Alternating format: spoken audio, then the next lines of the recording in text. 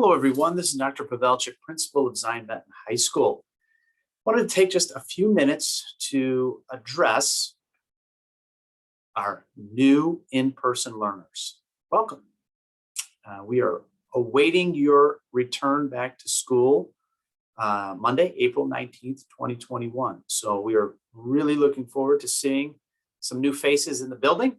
And wanted to take a few minutes, hopefully to give you some information. Hopefully you'll be a little more comfortable maybe coming back to the building and certainly having a better idea of how things are operating now that we have students learning in classrooms with teachers.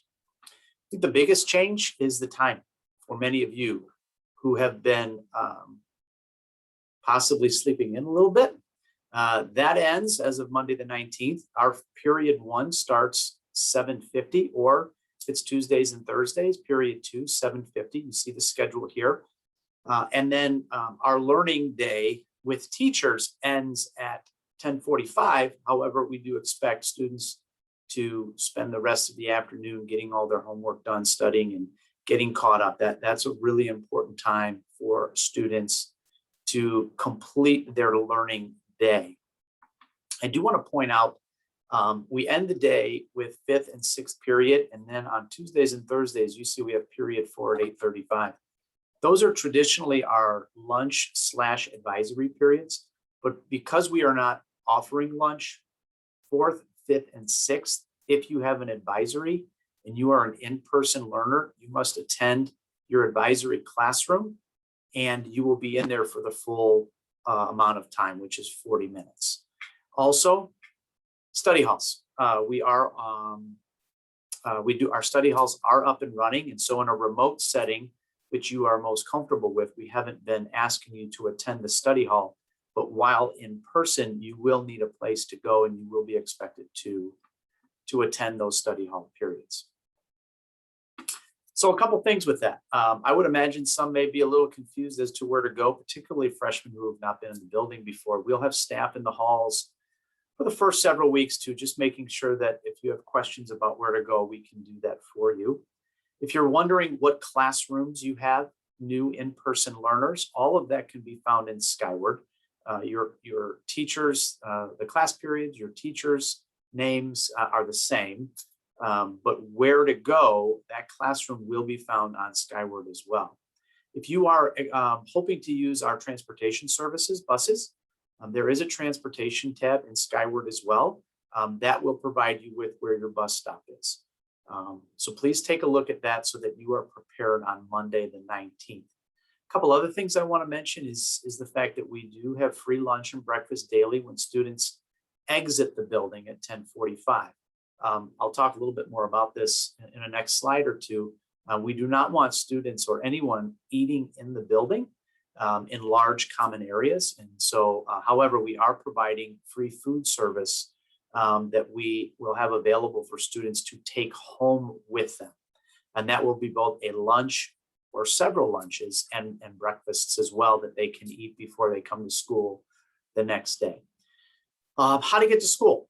3 different ways. First, many students, particularly upperclassmen, are going to want to drive. That's great. We have plenty of room in our north parking lot, which is our student parking lot.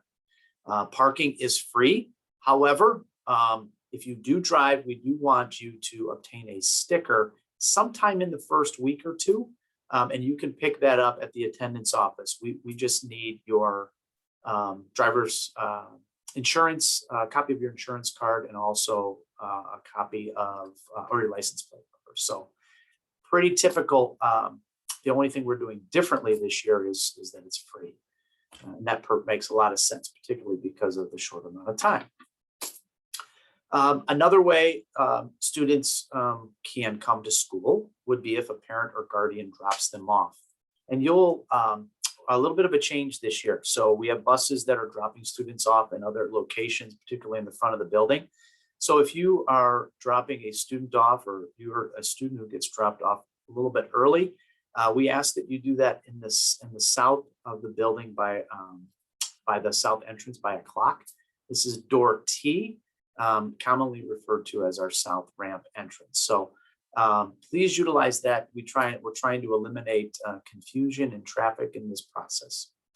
Upon entry, students will need to answer some self-certifying questions about exposure or any kind of symptoms. We do temperature check every student. You'll get a little band similar to this one. The colors change daily, and that just indicates that you went through our process. All is good. And we're adhering to the 3 W's. Wearing a mask is very, very important. Washing your hands, and then watching your distance 6 feet.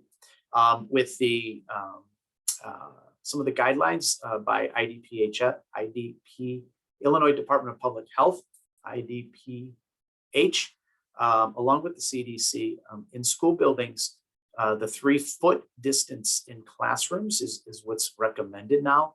And we'll see that in our classroom, but we're also trying to do the best we can to maintain 6 feet as well. So we have plenty of room, and with the addition of the 240 students, we think we'll be more than comfortable in our classrooms and continuing to keep Zion Benton High School safe. So a couple quick things just want to run through. We are not using lockers. Backpacks though are fine. You can wear your coats if you need them. Hopefully the weather will get better for us. No food, no food, no food. That's really important. We need masks to be worn at all times. We are allowing water bottles with just a spout that student can use underneath their mask. Face coverings are a must all the time, covering both your nose and your mouth. That's when riding the buses and when you're entering the building at all times. We are limiting access to the bathroom for numbers of students, but we've been able to manage that very well, not a problem. Any kind of visitors, we're keeping them out of the building until we get students into classrooms. So this particularly pertains to parents. So if you have any appointments you want to set up, we try and do those after 8:30. And hopefully everything will be fine with this and we have nothing to worry about. Things have been great since we've opened the building to students, and I expect that to be the case as we move forward. Students, when you arrive too, you'll be instructed as to what our Be Safe campaign is. I've went over many of them already, but there'll be a lot of constant reminders. We just simply need to keep the building safe. We need to practice all of the mitigation strategies we know will work and be effective, because we want to keep our building open and we want to keep the opportunity there for students to learn in person. So we are all in this together, and we have been since the start of all this, but we also have to hold each other accountable and embrace the fact that we have to do these things in order to continue to have in-person learning proceed for the rest of the semester. So excited to have everybody coming back and adding to our in-person learners. If you have any questions, please contact any of our offices here at Zion Benton High School. Wish you a great rest of the week, good weekend, and we'll see you on Monday, April 19th.